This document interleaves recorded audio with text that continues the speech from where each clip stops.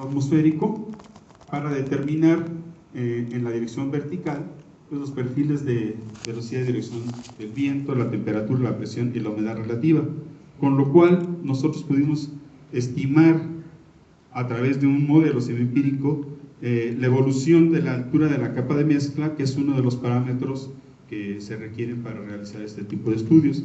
Entonces la gráfica en la parte de abajo muestra, los puntos muestran los resultados experimentales de la campaña de radiosondeo, y la curva pues trata de modelar el comportamiento de este parámetro en un cierto periodo de tiempo. Fueron alrededor de 7-10 días de monitoreo de radiosondeo.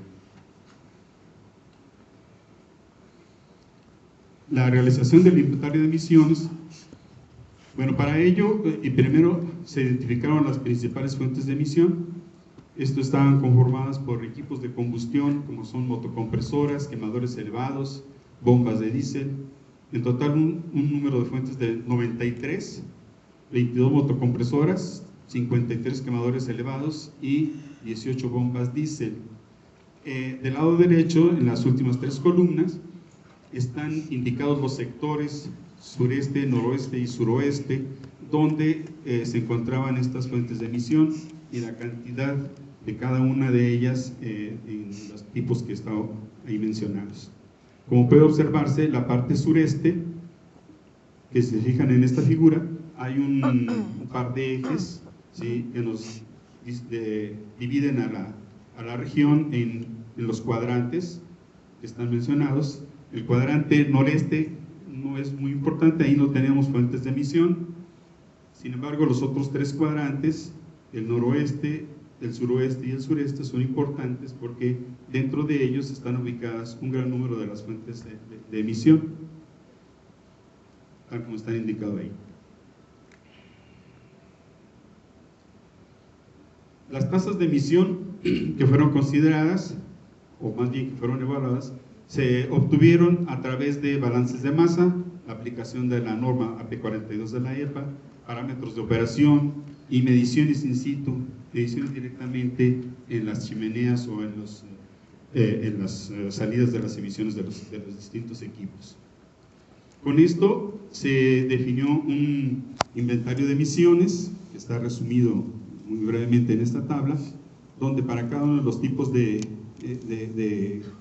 fuentes, ¿sí?, y cada uno de los contaminantes importantes, los óxidos de nitrógeno, partículas PM10, monóxido de carbono, hidrocarburos totales. Estas son las cantidades que corresponden a las emisiones en toneladas por año para cada uno de este tipo de fuentes, en total para toda la zona. La evaluación de la topografía de la zona también se consideró, desde luego, porque siendo el terreno complejo, la dispersión de contaminantes también es afectada por estos comportamientos del viento sobre las montañas.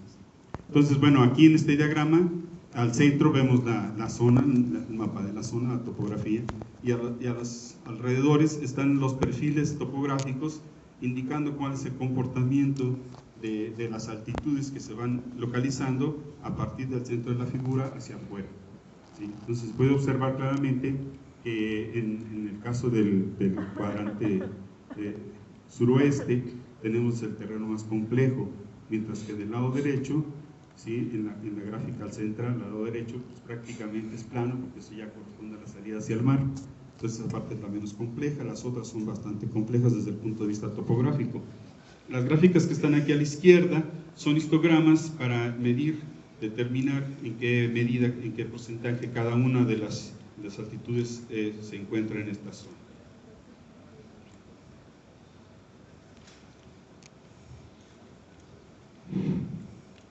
El diseño de la red, de la calidad del aire. Para esto, bueno, se consideraron varios aspectos. Por un lado, pues se identificaron las poblaciones, los poblados en la zona, tratando de caracterizarlos en términos del número de habitantes. Entonces ahí tenemos 1, 2, 3, 4, 5, 6 conjuntos de poblados, ¿sí? Y también están las poblaciones, el número de pobladores en la zona, el número de habitantes. De este lado tenemos pues un mapa que nos presenta, de acuerdo con la modelación de la dispersión de contaminantes, las zonas de impacto. Aquí vemos, por ejemplo, que la mayor parte, que corresponde a los colores medio cafecito y verde, o sea, son las zonas de menor impacto. Sin embargo, las zonas oscuras y las que están al centro de las zonas oscuras son las zonas de mayor impacto, de acuerdo con el estudio que realizamos de dispersión de contaminantes. En esta gráfica tratamos de identificar de alguna manera cuál es la relación entre el número de habitantes en cada una de las regiones. Esto está definido por las bolitas de color azul. Mientras más grande la bola son zonas más pobladas, mientras que las otras esferitas de color verde nos están indicando el impacto, o sea, la concentración de contaminantes evaluada de acuerdo con el modelo. Entonces vemos que justamente en la zona sureste, ¿sí?, hay mayor población y también hay mayor contaminación, impacto sobre la calidad del aire. Esto también se realizó, bueno, una evaluación en términos de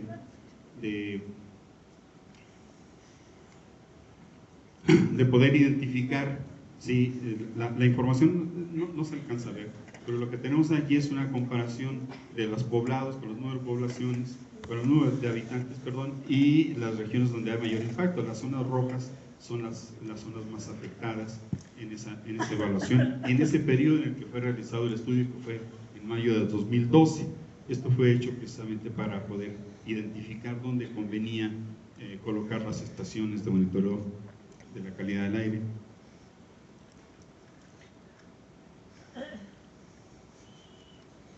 Finalmente, después de ese estudio, decidimos colocar a las estaciones justamente donde están ahora los puntos en color rojo, ¿sí? Se instalaron 4 estaciones, una en Vega Soledad, otra en La 1, otra en Santa María y la otra en Chote, ¿sí? Son las 4 estaciones que nosotros colocamos de acuerdo con el estudio realizado, de acuerdo con la población, de acuerdo con la concentración de contaminantes. Estas estaciones, después de este estudio que fueron ligados, se instalaron físicamente los equipos para monitorear en esos puntos los parámetros que antes dije, que eran dióxido de carbono, óxidos de nitrógeno, ozono y partículas. La operación de estas estaciones, una vez que fue diseñada la red y que fueron instaladas, de manera continua hasta el mes de abril de presencial.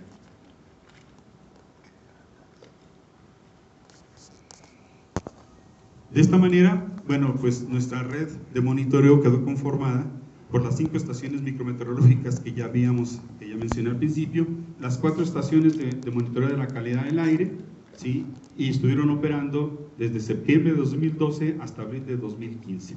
Los parámetros, las especies que fueron monitoreadas están ahí a la derecha, y de este lado están los parámetros meteorológicos que ya comenté anteriormente. Están algunos en las fotografías, las estaciones de las casetas que fueron instaladas para la red de calidad del aire, y de este lado las casetas o las torres más bien para el monitoreo meteorológico. Estos son algunos de las gráficas de los reportes que se presentan mensualmente con respecto a la calidad del aire, mensual ya anualmente, con respecto a la calidad del aire en la región. Estas gráficas, bueno, presentan el comportamiento de los diferentes parámetros. La primera que está aquí es una gráfica que muestra las concentraciones de partículas M10 durante, bueno, no sé qué periodo, no se alcanza a ver. Del lado derecho tenemos la otra gráfica, esa muestra las concentraciones de ozono, y aquí, bueno, pues tenemos unas tablas que nos muestran tipo de, no alcanzo a ver nada. Estos son los parámetros meteorológicos, el comportamiento meteorológico en la zona. A la derecha, en la parte inferior, están unos esquemas que muestran cuáles son los principales patrones de circulación del viento en la zona. Claramente, como es una zona que está cerca del mar, pues durante el día tenemos un comportamiento de flujo hacia el mar, hacia la tierra, y en la noche al revés, ¿sí? Y tenemos también el efecto de los vientos que vienen del norte con mucha frecuencia. Entonces, estos son los 5 6 patrones que nosotros identificamos con mayor frecuencia para la circulación del viento. Cada uno de los, hay 4 flechitas porque cada uno de los cuadritos representa uno de los sectores, ¿sí?, de los cuadrantes en los que dividimos la zona. Entonces ahí está indicado, cada flecha indica cómo era el viento en cada uno de esos cuadrantes.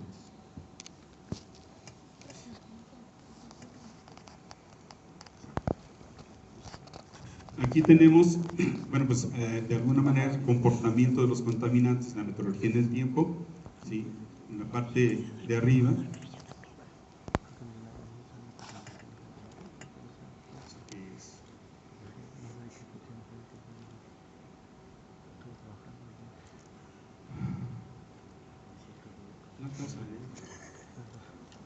Esos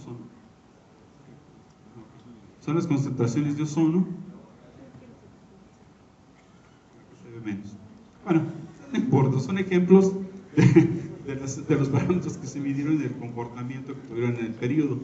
En la gráfica del medio está para el 2013 las 4 curvas que representan el comportamiento del ozono en el periodo, medidas por las 4 estaciones de calidad del aire. Se ve claramente que hay un comportamiento bastante regular entre lo que medían las diferentes estaciones, muy parecidas las concentraciones. Por acá tenemos, bueno, lo que ya había comentado sobre los patrones de circulación del viento, ¿sí? Y del lado derecho abajo, pues algunos de los diagramas que nosotros obtuvimos respecto a las concentraciones de los parámetros medidos en términos de un modelo.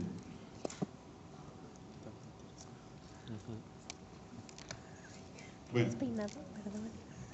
aquí lo que es importante para mí resaltar es que se trata de un proyecto en el que, por una vez en la historia de México, por ejemplo, se ha conseguido